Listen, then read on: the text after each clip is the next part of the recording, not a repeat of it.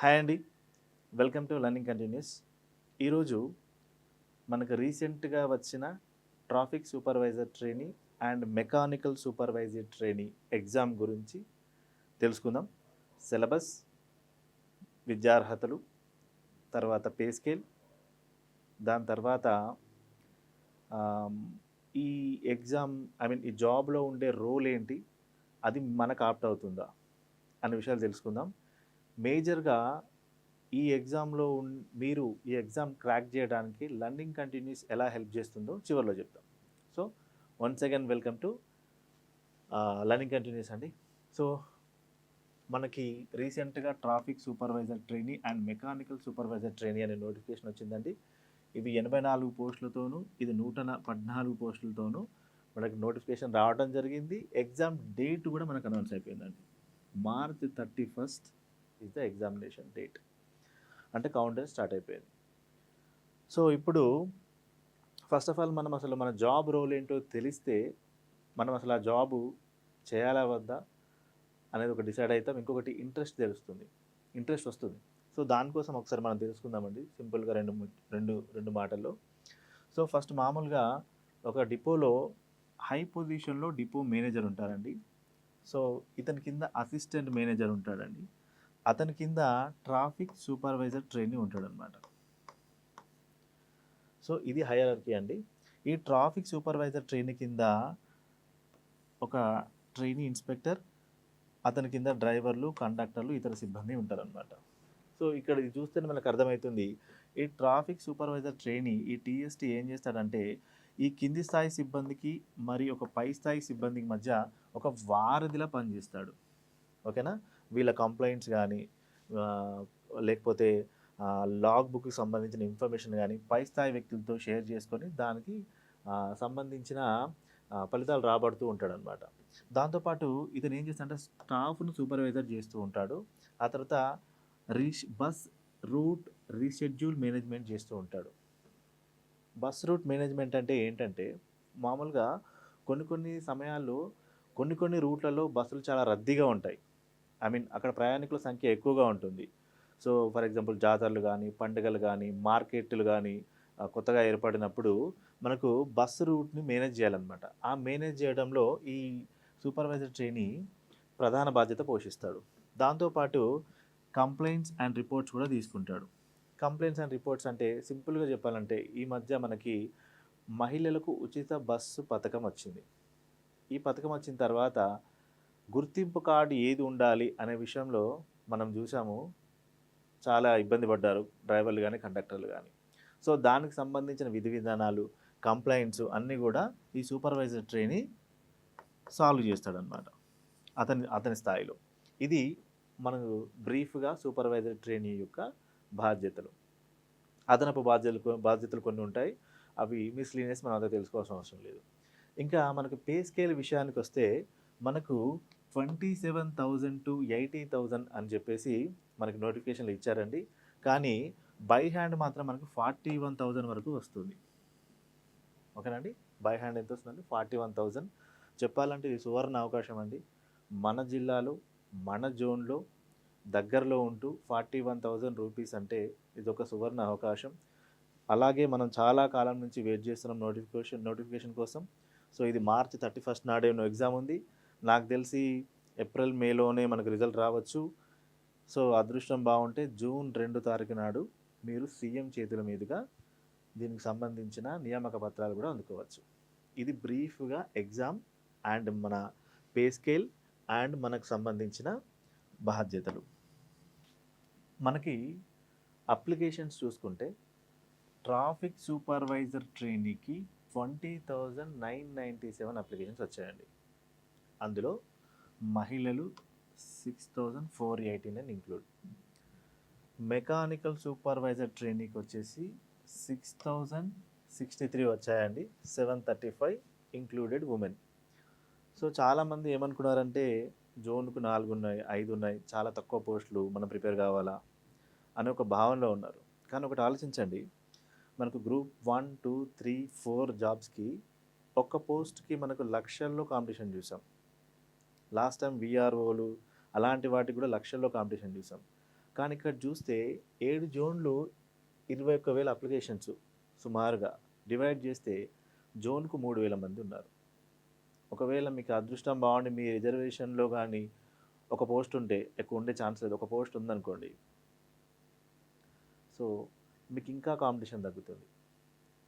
ఈ జోన్కు 1000 మందిలో ఇంకా చూసుకుంటే సీరియస్ ఆస్పిరెంట్స్ ఒక 200 నుంచి 300 మంది ఉంటారండి.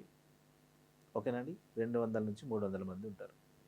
సో ఈ 200, 300లో కూడా ప్రాపర్గా అన్ని సబ్జెక్టులు ప్రిపేర్ అయ్యే వాళ్ళు చాలా తక్కువ ఉంటారు. నేనేదో మిమ్మల్ని ఎంకరేజ్ చేయడానికి ఈ విషయం చెప్పట్లేదు. ప్రీవియస్ గ్రూప్ 2, 3, 4 కట్ ఆఫ్లు చూస్తే మనకు అర్థమైంది. సో అందుకని చెప్తున్నాను, మీరు ఒకసారి సిలబస్ని కానీ అర్థం చేసుకుంటే 50% సక్సెస్ అయినట్టే. ఇంకొక విషయం ఏంటంటే, సూపర్వైజరీ యాప్టిట్యూడ్ అనే ఒక కొత్త సబ్జెక్ట్ ఉంది. అది ఎవరికీ తెలియదు. 100% అందరి విద్యార్థులకు కొత్త. అసలు సిలబస్ కూడా బ్రీఫ్గానే అంటే కులంకషంగా మనకు చర్చించాలి నోటిఫికేషన్లో. కాబట్టి అది కానీ మనం పూర్తిగా తెలుసుకోగలిగితే ఇంకొక 20% మనం ముందుకెళ్ళినట్టే. అంటే ఒక 70% వరకు మనం ఈజీగా ముందుకెళ్ళొచ్చు. ఇంకొక 30% అనేది మీ చేతుల్లో ఉంది.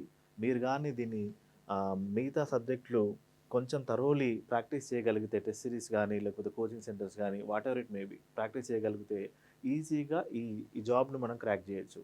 ఎందుకు చెప్తున్నానంటే, ఈ టైంలో ఇంత తక్కువ కాంపిటీషన్స్తో నేను ఈ మధ్య కాలంలో నోటిఫికేషన్ చూడలేదు. సో మీరు జోన్కు 4 పోస్టులు ఉన్నాయి, కొందరికి 3 పోస్టులు ఉన్నాయి. కానీ మీరు ఆలోచించండి, ఒక పోస్టుకు 1000 మంది లేదా 500 మంది కాంపిటీషన్. ఓకేనా? సో ఇప్పుడు మనం అసలు సిలబస్ ఏందని తెలుసుకుందాం. ఓకేనా? సిలబస్ ఏంటి, ఎన్ని మార్క్సులు కేటాయించారో తెలుసుకుందాం. సో దాని తర్వాత ఆ సిలబస్ ఎలా ప్రిపేర్ కావాలనే విషయాలు తెలుసుకుందాం. సో ఇప్పుడు వచ్చేసి మనకి 5 భాగాలు ఇచ్చారండి. 5 భాగాల్లో ఫస్ట్ భాగం వచ్చేసి సూపర్వైజరీ యాప్టిట్యూడ్. సో ఇది అందరికీ కొత్త. దీని గురించి నేను మళ్ళీ లాస్ట్లో పాయింట్ బై పాయింట్ మీకు నేను ఎక్స్ప్లెయిన్ చేస్తాను, మిస్ అవ్వకుండా చూడండి. ఓకేనండి? సూపర్వైజరీ యాప్టిట్యూడ్ అనే సబ్జెక్ట్కి సింహభాగం మార్క్స్ ఇచ్చారండి. 60 మార్క్స్ ఇచ్చారు. ఆల్మోస్ట్ టోటల్ మార్క్స్ 200 అనుకుంటే, టోటల్ మార్క్స్ 200 అండి. టోటల్ మార్క్స్ 200 అంటే అందులో 30% మనకు సూపర్వైజర్ యాప్టిట్యూడ్ డీల్ చేస్తుంది. అది కాకపోతే దాని సిలబస్ ఏంటో చాలామందికి తెలియదు. మనం ముందు తెలుసుకుందాం. సో న్యూమెరికల్ యాప్టిట్యూడ్ 40 మార్క్స్, రీజనింగ్కి వచ్చేసి 40 marks, general English 30 marks, GK దీనికి కూడా మనకి 30 మార్క్స్. సో టోటల్ 200 మార్క్స్ మనకి ఎగ్జామ్ మనకి కండక్ట్ చేయబోతున్నారు. సో సార్ మరి ఎలా ప్రిపేర్ అవ్వాలి మనం అంటే, చాలామంది ఏం చేస్తుంటారంటే ఒక మూస ధోరణిలో ప్రిపేర్ అవుతుంటారండి. సో నేను మీకు ఇచ్చే సజెషన్ ఏంటంటే, కొంచెం తక్కువ టైం ఉంది మనకి, ఒక 60 డేస్, హార్డ్లీ 60 to 70 డేస్ ఉంది. ఈ టైంలో ఎక్కువ మార్క్స్ గెయిన్ చేసే వాటి మీద కాన్సన్ట్రేట్ చేయగలిగితే మంచి స్కోర్ వస్తుంది. సో ఫర్ ఎగ్జాంపుల్ ఇప్పుడు జీకే ఉందనుకోండి, మీరు ఇప్పుడు జీకే పట్టుకుంటే ఇయ్యాల పడదు, రేపు పడవదు, ఇది అయితేనే ఉంటుంది. సో మనం జీకే ఎలా చదవాలి? సింపుల్గా ల్యూసెన్స్ అంటే బెస్ట్ బుక్ ఏంటంటే నాకు తెలిసినంత వరకు ల్యూసెన్స్ ఇంగ్లీష్ మీడియం బుక్ ఉందండి. తెలుగు మీడియంలో కూడా అవైలబుల్లో ఉందంటారు, ఒకసారి చెక్ చేయండి. సో లేదా ఏదైనా జనరల్ నాలెడ్జ్ బుక్ అలా ఒక రీడింగ్ ఇస్తే సరిపోతుందండి. 30 మార్క్స్. ఈ 30 మార్క్స్లో కూడా ఒక 10 to 12 మార్క్స్ కరెంట్ అఫైర్స్ బేస్డే ఉంటాయి. అందులో ఇంకొక 4 to 5 మార్క్స్ ఇంటర్నేషనల్ రిలేషన్స్ నుంచి వస్తాయి. కాబట్టి దీని గురించి మనం పెద్ద వర్రీ అవ్వాల్సిన అవసరం లేదు. ఒకవేళ ఇంతకుముందు మనం ఎవరైనా 2, 3, 4 ప్రిపేర్ అయిన అభ్యర్థులు అంటే పాలిటీ, హిస్టరీ, జాగ్రఫీ అక్కడ ఆల్రెడీ కవర్ చేసి ఉంటాం. ఇందులో డైరెక్ట్ క్వశ్చన్స్ అడుగుతారు, మనకేం ఇబ్బంది లేదు. ఓకేనండి? జనరల్ నాలెడ్జ్ మీద ఎక్కువగా స్ట్రెస్ చేయకండి, చదవండి, కానీ దాని మీద ఎక్కువ ఫోకస్ అవసరం లేదనేది నా అభిప్రాయం. ఓకేనండి? సో ఇది అయిపోయిన తర్వాత general English. So general English గురించి మనందరికీ తెలుసు, ఎస్ఐపిసి అభ్యర్థులకు ఇంకా బాగా తెలుసు. ఈ జనరల్ ఇంగ్లీష్ 30 మార్క్స్ కేటాయించారండి. గ్రామర్లో మనకు సరిగ్గా కానీ ప్రిపేర్ అవ్వగలిగితే మనకు 30 మార్క్స్ పెద్ద మనం గెస్ చేయొచ్చు. Active voice, passive voice, tenses, question tag ఇలాంటి వాటి నుంచి మనకు మేజర్ క్వశ్చన్స్ వస్తాయి. సో జనరల్ ఇంగ్లీష్ కూడా మనకు బక్షి అని బుక్ దొరుకుతుందండి. సో అది కూడా మీరు హ్యాపీగా తీసుకొని చదువుకోవచ్చు. సో జనరల్ ఇంగ్లీష్ మనము కొంచెం స్ట్రెస్ చేయాలండి. ఇది స్కోరింగ్ ఇక్కడ. ఓకేనండి? జనరల్ ఇంగ్లీష్ అనేది మనకి ఇందులో స్కోరింగ్. ఆ తర్వాత రీజనింగ్, న్యూమరికల్ యాప్టిట్యూడ్. సో ఈ రీజనింగ్ అండ్ న్యూమరికల్ యాప్టిట్యూడ్ అనేది 40 to 40 మార్క్స్, 40, 80 మార్క్స్ కేటాయించారండి. దీని గురించి కూడా నేను ఎక్కువ చెప్పదలుచుకోలేదు. ఎందుకంటే ఈ 3 సబ్జెక్టులు, ఈ 4 సబ్జెక్టులు మీకు ఆల్రెడీ మొత్తం తెలుసు. ఎందుకంటే మనం చాలా రోజుల నుంచి ఇవి చూస్తున్నాం. సిలబస్ గానీ, చాలా ఎగ్జామ్స్ రాసాం. మనము గ్రూప్ 1 ప్రిలిమ్స్‌లో భాగంగా రాసాం. ఎస్ఐపీసీలో అయితే విస్తారంగా చదువుకొని రాసాం కాబట్టి దీని గురించి మనకు టెన్షన్ అవసరం లేదు. దీని గురించి మనకు చాలా బుక్స్ అవైలబుల్‌లో ఉన్నాయి. So, numerical aptitude, reasoning, general English మీరు ఎలా నేర్చుకోవాలంటే టెస్ట్ సిరీస్‌లు రాస్తూ ఉండండి. ఏదైనా టెస్ట్ సిరీస్ లెర్నింగ్ కంటిన్యూస్ కూడా మీకు ప్రొవైడ్ చేస్తుంది. చివరిలో చెప్తాను దాని గురించి. కానీ టెస్ట్ సిరీస్ రాయడం వల్ల వీటిలో మీరు ఎక్కువ మార్క్స్ మీరు గెయిన్ చేయొచ్చు. ఎలా అంటే ఫర్ ఎగ్జాంపుల్ మీరు ఎగ్జామ్‌లు రాస్తున్నారు. జనరల్ ఇంగ్లీష్‌లో పాస్ట్ పర్ఫెక్ట్ కంటిన్యూయస్ టెన్స్ మీద క్వెషన్ వచ్చిందండి. దేని మీద అండి?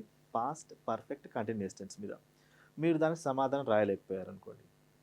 సో, ఏం చేస్తారు? టెస్ట్ సిరీస్ అయిపోగానే ఇంటికెళ్ళి చూసుకుంటారు. ఒకసారి మళ్ళీ దాన్ని బై హార్ట్ చేసుకుంటారు. దీనివల్ల అది రాక్ సాలిడ్‌గా మీకు గుర్తుంటుంది. అది మళ్ళీ మీరు బట్టి పట్టాల్సిన అవసరం ఉండదనమాట. అలాగే రీజనింగ్‌లో గానీ, న్యూమరికల్ యాప్టిట్యూడ్‌లో గానీ మీకు ఆహ్, ఇదే మెథడ్ ఫాలో అవ్వచ్చు. ఫర్ ఎగ్జాంపుల్ బ్లడ్ రిలేషన్‌లో 4, 5 మెథడ్స్ ఉంటాయి. ఓకేనా? డైస్‌లో ఒక 2 టైప్స్ ఉంటాయి. ఆ తర్వాత time and work, time and distance ఇవన్నీ కూడా సబ్జెక్ట్ ఎక్స్‌పర్ట్స్‌తోని మేము క్వెషన్స్ తయారు చేపిస్తామండి. సో, దాన్ని మీరు బయట ఏదైనా మనకు చాలా చాలా మెటీరియల్ ఉంది. సో, మనము ప్రొవైడ్ చేస్తాం. దీని గురించి ఎక్కువ మనం స్ట్రెస్ తీసుకోవాల్సిన అవసరం లేదని నా అభిప్రాయం. అంటే ఇది ఆల్రెడీ మీకు తెలిసిందే. నేనేం చెప్పదలుచుకున్నానంటే ఇవన్నీ మీకు తెలిసిందే. I don't want to waste your time unnecessarily. So, మనం తెలుసుకోవాల్సింది సూపర్వైజరీ యాప్టిట్యూడ్ ఎలా చదవాలి? ఓకేనా అండి? సూపర్వైజరీ యాప్టిట్యూడ్ ఎలా చదవాలి? దానికి సంబంధించిన సిలబస్ ఏంటి? అనే విషయాలు మనం మేజర్‌గా తెలుసుకుందామండి. ఓకేనా అండి? సో, అంతకుముందు అసలు కొందరు అడుగుతున్నారండి. చాలామంది కామెంట్స్‌లో అడుగుతున్నారు. సార్ మనకి ఎన్ని మార్క్స్ వస్తే జాబ్ వస్తుంది? అంటే చెప్పాలంటే అది ఎవరు చెప్పలేరండి. బట్ కాకపోతే ఇంతకుముందు జరిగిన ఎగ్జామ్స్‌ను మనం దృష్టిలో పెట్టుకొని ఒకవేళ question paper moderate to high మధ్య వస్తే, మోడరేట్‌లో వస్తే మనకి 75-80% మార్క్స్ గాని మనం సాధించగలిగితే అది గుడ్ స్కోర్ అని చెప్పగలుగుతాం. ఓకేనా అండి? ఎంత ప్రిపేర్ అయినా మనకు ఈ మధ్య కాలంలో 75-80% ఆఫ్ ద మార్క్స్ అనేవి మనకి జాబ్‌ను సంపాదించి పెట్టాయి. సో, 150-160 మార్క్స్ గాని మనం తెచ్చుకోగలిగితే మనము ఈ జాబ్‌ననేది సులభంగా సాధించగలుగుతాం. ఓకేనా అండి? సో, నెక్స్ట్ మనము ఈ సూపర్వైజర్ యాప్టిట్యూడ్ గురించి తెలుసుకుందామండి. ఇదే మనకు జాబ్‌ని డిసైడ్ చేయబోతుంది. సో, మనకి సూపర్వైజరీ యాప్టిట్యూడ్ సిలబస్ గురించి తెలుసుకుంటున్నాం. సో, దీనిని 8 భాగాలుగా విభజించడం జరిగిందండి సిలబస్‌ని. సో, ఇది మేజర్ టాపిక్స్ అన్నమాట ఈ 8 పార్ట్స్. సో, ఈ 8 భాగాల్లో మళ్ళీ కొన్ని ఉపభాగాలుంటాయి. ఒక్కొక్క దాంట్లో 2-3 కొన్ని దాంట్లో ఫర్ ఎగ్జాంపుల్ కార్పొరేషన్ స్ట్రక్చర్‌లో ఒక 6-7 ఉపభాగాలుంటాయి. అలా ఈ 8 భాగాలను ఒక్కొక్క దాంట్లో 6, 7, 5 ఉపభాగాలుగా విభజించడం జరిగిందనమాట. ఇదంతా కూడా చాలా ప్రామాణికంగా జరిగిందండి. సో, చాలా రీసెర్చ్ తర్వాత మనం ఈ సిలబస్ తయారు చేయడం జరిగింది. ఈ సిలబస్ నుంచి మనము ఔట్ ఆఫ్ 60 మార్క్స్‌లో 55 మార్క్స్ వరకు మనం 100% గెస్ చేయొచ్చండి. అంటే మన సిలబస్‌లో నుంచి 55+ మార్క్స్‌ను మనం ఎక్స్‌పెక్ట్ చేయొచ్చనమాట. సో, ఇప్పుడు మనం సిలబస్ ఒకసారి చూద్దామండి బ్రీఫ్‌గా. దెన్ ఆఫ్టర్ మనం డౌట్స్ అన్ని క్లారిఫై చేసుకుందాం. సో, ఇప్పుడు ఫస్ట్ మనకు ఈ సూపర్వైజరీ యాప్టిట్యూడ్ అంటే చాలా బుక్స్‌లో ఫర్ ఎగ్జాంపుల్ ఒక ఫేమస్ ఆథర్ బుక్‌లో ఏమిచ్చారంటే యాప్టిట్యూడ్ అండ్ రీజనింగ్ క్వెషన్స్ 4 ఇచ్చేసి కొంచెం హిస్టరీ ఇచ్చేసి వదిలిపెట్టారనమాట. నేనేమంటానంటే నిజంగా యాప్టిట్యూడ్ అడగాలనుకుంటే మనకు 2 సెక్షన్స్ కిందున్నాయి. యాప్టిట్యూడ్ అండ్ రీజనింగ్ సెక్షన్స్ కిందున్నాయి కాబట్టి అక్కడే స్ట్రెస్ చేస్తాడు.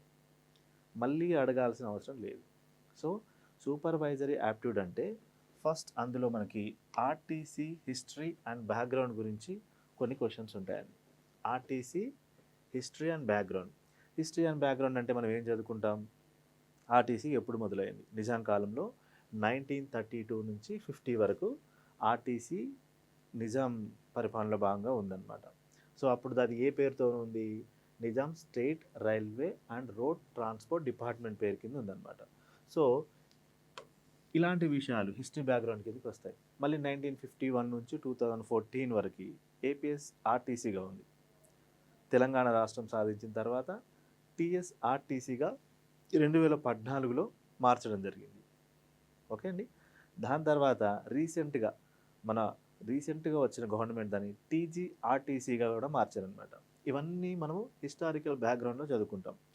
సో క్వశ్చన్ ఇక్కడ ఎలా రావచ్చు, టీజీఆర్టీసీగా ఏ సంవత్సరంలో మార్చారు అనే క్వశ్చన్ కూడా రావచ్చు. అంటే రీసెంట్గా జరిగిన మార్పు కదా, అది రావచ్చు. ఇంకా మనకి హిస్టారికల్ బ్యాక్గ్రౌండ్లో ఫర్ ఎగ్జాంపుల్ మనము ఏ ఆర్టీసీ నంబర్ ప్లేట్ చూసినా జెడ్తో మనకు స్టార్ట్ అవుతూ ఉంటుంది మధ్యలో, TS09Z5450 అలా అని. ఈ జెడ్ అనే నెంబర్ ఎందుకుంది? సో అలా ఇంకా చాలా విషయాలన్నీ కూడా మనము ఈ హిస్టారికల్ బ్యాక్గ్రౌండ్లో చదువుకుంటాం అనమాట. సో నేను చెప్పేది ఏంటంటే దీని నుంచి మనం ఒక 4 to 5 మార్క్స్ మనము ఈ హిస్టారికల్ బ్యాక్గ్రౌండ్ నుంచి ఎక్స్పెక్ట్ చేయొచ్చండి. ఆర్టీసీ హిస్టారికల్ బ్యాక్గ్రౌండ్ నుంచి ఒక 4 to 5 మార్క్స్ ఎగ్జామినర్ కంపల్సరీగా అడుగుతాడు. ఎందుకంటే ఏదైతే సంస్థలో మనం పనిచేస్తున్నామో ఆ సంస్థకు సంబంధించిన గత చరిత్ర మనకు తెలిసి ఉండాలని ప్రతి సంస్థ కోరుకుంటుంది. కాబట్టి కంపల్సరీగా చాలా ఇంపార్టెంట్ అనేది ప్రైమరీగా దాని గురించి చదువుకుంటాము. దానికి సంబంధించిన పీడిఎఫ్ కూడా మేము మీకు అందజేయడం జరుగుతుంది. ఓకే అండి. నెక్స్ట్ ఆఫ్టర్ మనము ఆర్టీసీ కార్పొరేషన్ స్ట్రక్చర్ చదువుకుంటామండి. ఓకేనా అండి. సో కార్పొరేషన్ స్ట్రక్చర్ అనేది మొత్తం సిలబస్లోనే చాలా మేజర్ పోర్షన్, అంటే ఎక్కువ సిలబస్ వెయిటేజ్ని కలిగి ఉందండి. ఎందుకంటే దాంట్లో మనం గుర్తుంచుకోవాల్సిన అంశాలు చాలా ఎక్కువ ఉంటాయి. అందులో నుంచి మనం ఎక్కువ మార్కులను కూడా మనము ఎక్స్పెక్ట్ చేయొచ్చు అనమాట. సార్ కార్పొరేషన్ స్ట్రక్చర్ అంటే ఏంటి అంటే సింపుల్గా అండి, మామూలుగా ఆర్టీసీని 3 జోన్లు, 11 ప్రాంతాలు, 97 డిపోలుగా మనము వర్గీకరించారు. సో ఆ 3 జోన్స్ ఏంటి? ఓకేనా. ఫస్ట్ డిపో ఏది? రీసెంట్గా అనౌన్స్ అయిన డిపో ఏంటి? మనము 97 డిపోస్ అంటున్నాం. ఓకేనా అండి. 97 డిపోస్ అంటున్నాం.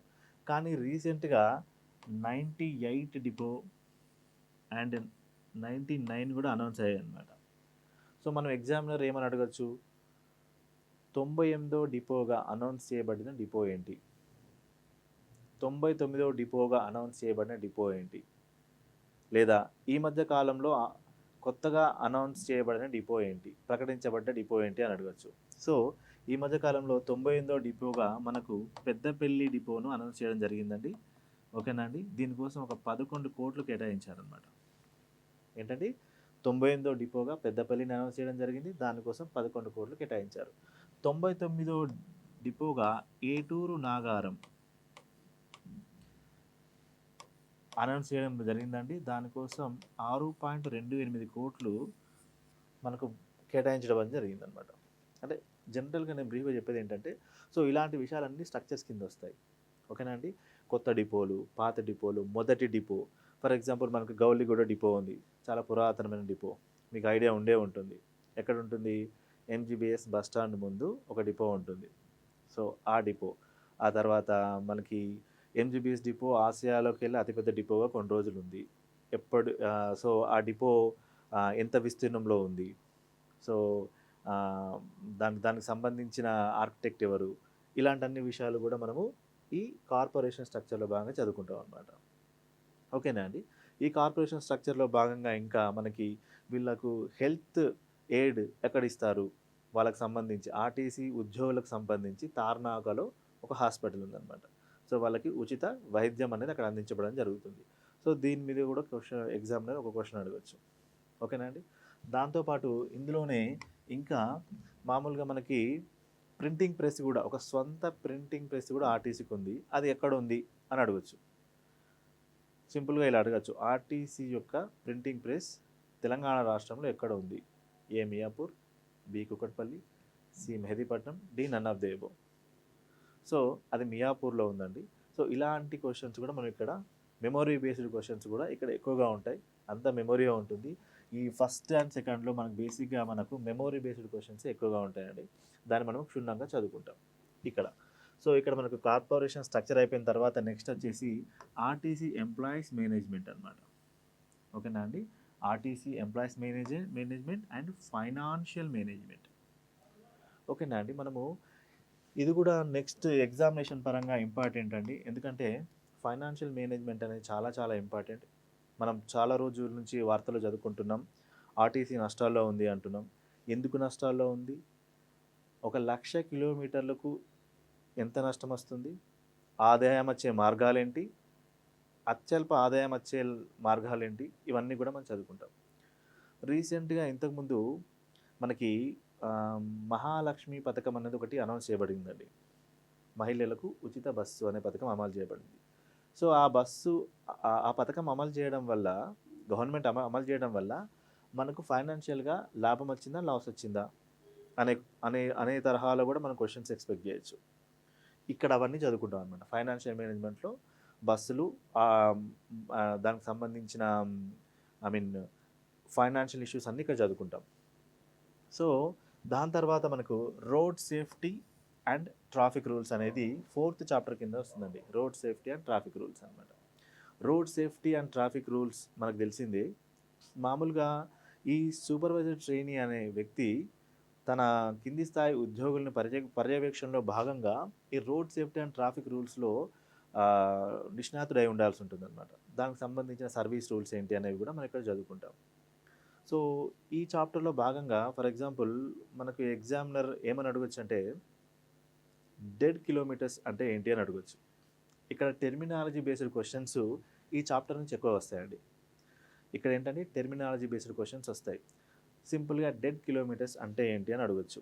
డెడ్ కిలోమీటర్స్ అంటే ఏంటి అంటే సింపుల్ అండి. ఫర్ ఎగ్జాంపుల్ ఒక బస్సు సిద్దిపేటలో స్టార్ట్ అయింది, మహబూబ్నగర్ వెళ్తుందండి. ఓకేనా అండి? సో సారీ అండి, ఒక బస్సు గమ్యస్థానాన్ని చేరుకుంది. ఆ గమ్యస్థానాన్ని చేరుకున్న తర్వాత అంటే ఫర్ ఎగ్జాంపుల్ ఒక సిద్దిపేట అనుకున్నాం కదా, సిద్దిపేట డిపోకి వచ్చిందండి. రాత్రి ఒక 11:30 అవుతుంది. ఆ తర్వాత ఏమైందండి, బస్సు ఈ బస్ స్టేషన్ నుంచి ఎక్కడికి వెళ్తుందండి, డిపో వెళ్తుందండి. అంతే కదండి. ప్రయాణికులందరినీ జాగ్రత్త వినండి, ప్రయాణికులందరినీ సిద్దిపేట బస్ స్టాండ్లో దించేసింది బస్సు. ఆ తర్వాత ఖాళీగా బస్సు ఎక్కడ పార్క్ చేస్తారండి, డిపోలో పార్క్ చేస్తారు. బస్సు బస్ స్టాండ్లో కాకుండా డిపోలో పార్క్ చేసి పెడతారనమాట. సో ఆ డిపోలో పార్క్ చేయబడింది. మళ్ళీ తర్వాత రాత్రి అయిపోయింది, మళ్ళీ ఉదయము మళ్ళీ బస్ డ్రైవరు కండక్టరు ఈ డిపో నుంచి బస్సును తీసుకొచ్చి మళ్ళీ బస్ స్టాండ్లో ప్రయాణికుల కోసం సిద్ధం చేస్తారు. ఇక్కడ నుంచి ఇక్కడికి వెళ్ళే సందర్భంలో కానీ, మళ్ళీ డిపో నుంచి ఇక్కడికి వచ్చే సందర్భంలో కానీ, బస్ స్టేషన్కి వచ్చే సందర్భంలో కానీ ప్రయాణికులు ఎవరూ ఉండరు. అందుకని బస్ ప్రయాణికులు అందరినీ దించి డిపోకి వెళ్తుంది. మళ్ళీ డిపోలో ఖాళీగా ఉన్న బస్సును తెచ్చి స్టేషన్లో పెడుతుంది. సో ఇలా ప్రయాణికులు లేకుండా జరిగే జర్నీని మనము డెడ్ కిలోమీటర్స్ అంటాం. ఎన్ని కిలోమీటర్లు ప్రయాణించిందో దాన్ని డెడ్ కిలోమీటర్స్ అంటాం అన్నమాట. ఓకేనా? దీనివల్ల ఎంత నష్టం వస్తుంది, ఎంత ఇంధనం ఖర్చు అవుతుంది అనే విషయాలు కూడా మనం ఇక్కడ చదువుకుంటాం. ఈ రోడ్ సేఫ్టీ అండ్ ట్రాఫిక్ రూల్స్లో ఎక్కువగా టెర్మినాలజీ బేస్డ్ క్వశ్చన్స్ ఉంటాయండి.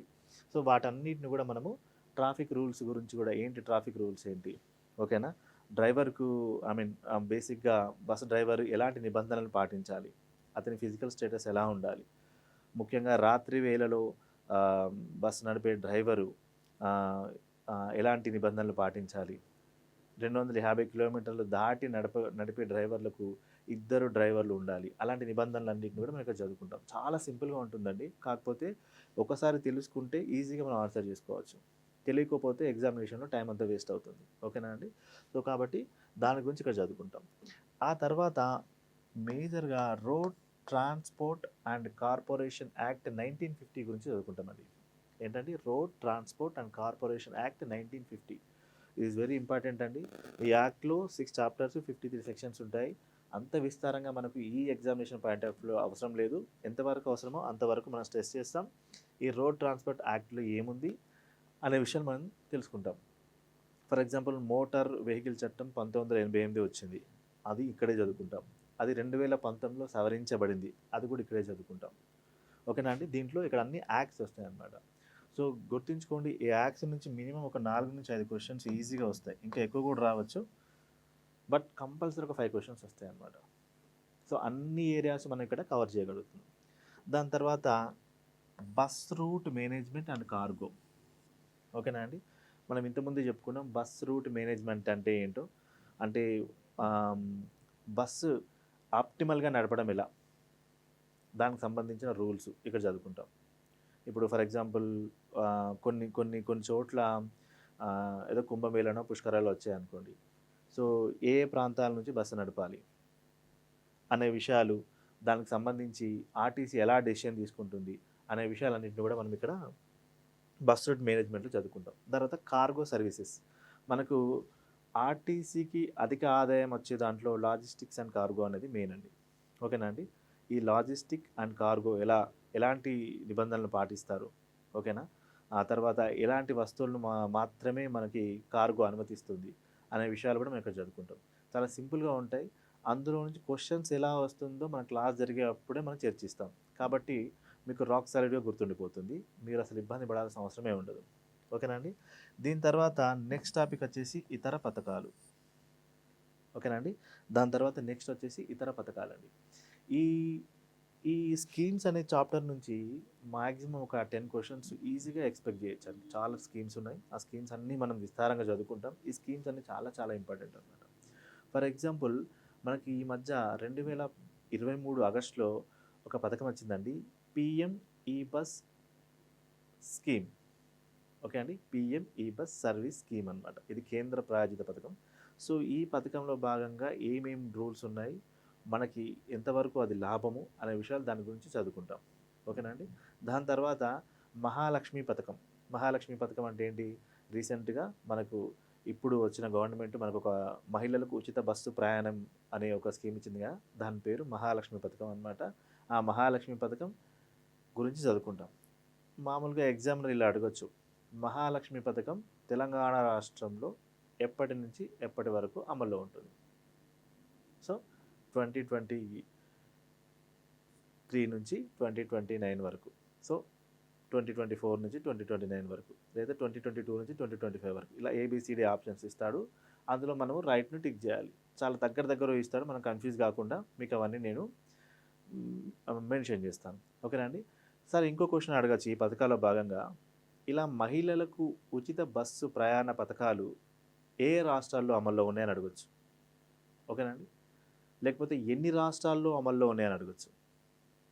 ఫర్ ఎగ్జాంపుల్ ఢిల్లీలో తీసుకుంటే మనకు పింక్ సహేలీ అనే పేరుతోని ఈ మహిళలకు ఉచిత బస్సు ప్రయాణాన్ని అనుమతిస్తున్నారండి. ఓకే, ఏం పేరండి, పింక్ సహేలీ. రీసెంట్గా ఏపీ రాష్ట్రంలో, ఆంధ్రప్రదేశ్ రాష్ట్రంలో స్త్రీ శక్తి అనే పేరుతోని మనకి సేమ్ ఇలానే మహిళలకు ఉచిత బస్సు పథకాన్ని అందిస్తున్నారు. కర్ణాటకలో శక్తి అనే పేరుతోని పథకం అమల్లో ఉంది. తెలంగాణలో మహాలక్ష్మి పథకం. తమిళనాడులో కూడా జీరో టికెట్ అనే పేరుతోని ఈ ఫ్రీ స్కీమ్ అనేది నడుస్తుందన్నమాట. సో ఒకవైపు అన్ని రాష్ట్రాలు, ఇంకోవైపు ఆ రాష్ట్రాలు అమలవుతున్న స్కీమ్స్ జంబుల్ చేసి ఇచ్చి మ్యాచ్ ద ఫాలోయింగ్ అడగచ్చు. ఎందుకంటే ఈ మధ్య కొంచెం ఎగ్జామ్ అనేది డిఫికల్ట్ చేయడానికి ఇలాంటి జంబుల్డ్ క్వశ్చన్స్ అడుగుతున్నారు. ఓకేనండి. ఆ తర్వాత మనకి రీసెంట్గా వచ్చిన మనకి జీపీఎస్ ట్రాకింగ్ సిస్టము, దాని గురించి కూడా మనము మిస్లీనియస్లో చదువుకుంటాం. మన ప్రతి బస్సుకి జీపీఎస్ ట్రాకింగ్ ఉంటుంది. అలాగే మనకి ఏసీ బస్సుల్లో మహిళలకు రక్షణ కోసము పాస్ బటన్ అని ఒకటి ఉంటుంది, దాని గురించి కూడా చదువుకుంటాము. ఇంకా మనకి ఇంకా మిస్లీనియస్లో ఎన్ని బస్సులు ఉన్నాయి, total number of buses, AC బస్సులు ఎన్ని ఉన్నాయి, నాన్ ఏసీ బస్సులు ఎన్ని ఉన్నాయి, ఎక్కువ ఏ జిల్లాకు ఎలాంటి బస్సులు ప్రొవైడ్ చేస్తుంది తెలంగాణ రాష్ట్రం అనే విషయాలు, రాష్ట్రాలు దాటి అంటే వేరే రాష్ట్రాలకు ఎలాంటి బస్సులు వెళ్తున్నాయి, ఇలా అన్ని విషయాలు చాలా విస్తారంగా మనం చదువుకుంటామండి. ఆల్మోస్ట్ ఆల్ మన ఎగ్జామ్కి ఎంత కావాలో అంతవరకు మనం చదువుకుంటాం. సో నేనేం చెప్పదలుచుకున్నానంటే ఒక 55 మార్క్స్ వరకు ఈజీగా మనము సిలబస్ అంతా కవర్ అవుతుంది. ఏ ఎగ్జామ్ అయినా ఇంకొక 5 నుంచి 10 మార్కులు ఎర్రర్ ఉంటుంది. సో ఆ రకంగా మనకు నెక్స్ట్ ఈ ఏదైతే సూపర్వైజర్ ట్రైనీ జాబ్ ఉందో దానికి సంబంధించి ఈ సిలబస్ అనేది చాలా ఇంపార్టెంట్ అండి. దాన్ని మనం ఇక్కడ ఈజీగా కవర్ చేసుకుంటాం. ఇప్పుడు మీకు లర్నింగ్ కంటిన్యూస్ ఏ విధంగా సాయం చేస్తుంది? సో మేమేం చేస్తున్నామంటే అండి, సూపర్వైజర్ యాప్ట్యూడ్ అనే సబ్జెక్టుకి సంబంధించి విస్తారమైన ఇన్ఫర్మేషన్ గ్యాదర్ చేసామండి. దానికి సంబంధించి మీకు క్లాసులు అందుబాటులో ఉంటాయి మా యాప్లో. దానికోసం ఫీజుగా మేము రూ. 1,299 చాలా నామినల్ ఫీజుని మేము 1,299 రూపీస్ ఫీజుగా మేము పెట్టామండి. సో మీరు ఒకవేళ ఈ సూపర్వైజర్ యాప్ట్యూడ్ కానీ తీసుకుంటే మీకు పీడిఎఫ్ మెటీరియల్ అందుబాటులో ఉంటుంది. దాంతోపాటు మనకు అన్ని ఇంతకుముందు చెప్పుకున్న సిలబస్లోకి సంబంధించి అన్ని క్లాసెస్ కూడా మీకు అందులో పోస్ట్ చేయబడతాయండి. February 15th లోపు ఆల్మోస్ట్ మన సిలబస్ అంతా కవర్ చేసుకుంటామండి. దాని తర్వాత మేము టెస్ట్ సిరీస్ కూడా ప్రొవైడ్ చేస్తున్నాం అన్నమాట. ఒకటేమో సూపర్వైజరీ యాప్ట్యూడ్కి సంబంధించి క్లాసు, దాని తర్వాత టెస్ట్ సిరీస్. టెస్ట్ సిరీస్ వచ్చేసి మనకు 1,500 రూపీస్ మేము ఛార్జ్ చేస్తున్నామండి. ఈ టెస్ట్ సిరీస్ కూడా ఏ సబ్జెక్టుకి ఆ సబ్జెక్ట్కి సంబంధించిన ఎక్స్పర్ట్తో మనం క్వశ్చన్స్ తయారు చేస్తామండి. ఇవన్నీ సబ్జెక్ట్స్ కలిపి ఉంటాయండి. మొత్తం 5 సబ్జెక్ట్స్ ఉన్నాయి కదండి. ఈ 5 సబ్జెక్ట్స్ 200 క్వశ్చన్స్కి సంబంధించి మనకు ఎవ్రీ వీకెండ్ ఒక రెండు పేపర్లు అలా మనకు 15 టెస్టులు ఉంటాయండి. మొత్తం 15 టెస్టులు మనము కండక్ట్ చేస్తాం. ఒక 3,000 నుంచి 5,000 క్వశ్చన్స్ మనకి ఈజీగా కవర్ అయిపోతుంటాయి అన్నమాట. దాంతోపాటు సూపర్వైజర్ యాప్టిట్యూడ్కి సంబంధించి ఒక 5,000 క్వశ్చన్స్ ఎక్స్పెక్టెడ్ క్వశ్చన్స్ నేను ఈ మనకి ఇక్కడే ప్రొవైడ్ చేస్తాం అనమాట. పై క్లాస్లోనే మనం ప్రొవైడ్ చేస్తాం. అంటే ఆల్మోస్ట్ ఆల్ మనకి ఒక 6,000 to 7,000 సూపర్వైజర్ యాప్టిట్యూడ్కి సంబంధించిన క్వశ్చన్స్ అన్నీ మీకు అందుబాటులో ఉంటాయి. సో ఈ టెస్ట్ సిరీస్ అనేది కూడా చాలా ఇంపార్టెంట్ అండి. ఎందుకంటే మీకు ముందే చెప్పినట్టు మన టెస్ట్ సిరీస్ రాస్తే మనం ఎంతవరకు ఉన్నాము, ఎక్కడున్నాము, తక్కువ పోస్టులు ఉన్నాయి కాబట్టి మనం టాప్లో ఉన్నామా లేనని ఇక్కడ మనం టెస్ట్ చేసుకోవచ్చు. ఇవి కూడా ప్రామాణికమైన లెక్చరర్లతో తయారు చేయబడతాయి. రీజనింగ్ కానీ, ఇంగ్లీష్ కానీ, ఆ తర్వాత న్యూమరికల్ యాప్టిట్యూడ్ కానీ, సూపర్వైజర్ యాప్టిట్యూడ్ కానీ, ఇవన్నీ కూడా మనకు చాలా అంటే మంచి అంటే మేము ఏం ప్లాన్ చేస్తున్నామంటే ఒక రాక్ సాలిడ్ మెటీరియల్ ఇవ్వడానికి మేము ఫిక్స్ అయిపోయామండి. సో దట్ మీరు వీలైనంత తొందరగా, ఎందుకంటే మనకు ఒక 60 రోజుల సమయమే ఉంది, 60 నుంచి 70 రోజుల సమయం ఉంది కాబట్టి దీన్ని మనము ఒక ప్లాన్డ్ వేలో కానీ ప్లాన్ చేసుకోగలిగితే, క్రమ పద్ధతిలో కానీ మీరు ప్లాన్ చేసుకోగలిగితే ఈజీగా మీరు ఆ జాబ్ను క్రాక్ చేయొచ్చు. సో దానికోసం ఈ 2 లర్నింగ్ కంటిన్యూస్ తరఫున మేము ప్రొవైడ్ చేస్తున్నామండి. ఇంట్రెస్టెడ్ క్యాండిడేట్స్ మన యాప్లోకి వెళ్ళి దాన్ని పర్చేస్ చేయొచ్చు. ఇంకా ఏదైనా మీకు సందేహాలు ఏమైనా ఉంటే మనకు కింద కమ్యూనిటీలో మనకు నంబర్ ఉంటుంది, దానికి ఫోన్ చేసినా కానీ మన రెస్పెక్టెడ్ పర్సన్ మీకు దానికి సంబంధించిన విధి విధానాలు, పేమెంట్ ఎలా చేయాలనే విషయాలు హెల్ప్ చేస్తారండి. సో మళ్ళీ ఒకసారి చెప్తున్నా అండి, సూపర్వైజరీ యాప్ట్యూడ్ అనేది ఇక్కడ గేమ్ చేంజర్ అండి. దీన్ని మాత్రం మీరు ఎట్టి పరిస్థితుల్లో నెగ్లెక్ట్ చేయకండి. ఎందుకంటే సిలబస్ చాలా సింపుల్, చెప్తుంటే ఈజీగా అర్థమైపోతుంటుంది. కానీ మనం ఏ భాగాన్ని స్ట్రెస్ చేయాలి అనేది గుర్తుపెట్టుకోవాలంతే. మీకు పీడిఎఫ్ ఇచ్చిన చదువుకుంటారు, అది పెద్ద విషయం కాదు. కానీ ఏ భాగం నుంచి క్వశ్చన్ రావచ్చు అనేది మనం కానీ క్యాచ్ చేయగలిగితే చాలా ఈజీ అయిపోతుంది. రోజుకి ఒక 2 నుంచి 3 గంటలు మీరు క్లాసెస్ వింటే ఈజీగా అది కంప్లీట్ అవుతుంది. మిగతా టైంలో మనం రీజనింగ్, ఇంగ్లీష్, జనరల్ స్టడీస్, మిగతా సబ్జెక్టులను చదువుకోవచ్చు. ఓకే అండి. Wish you all the best to everybody from learning continuous.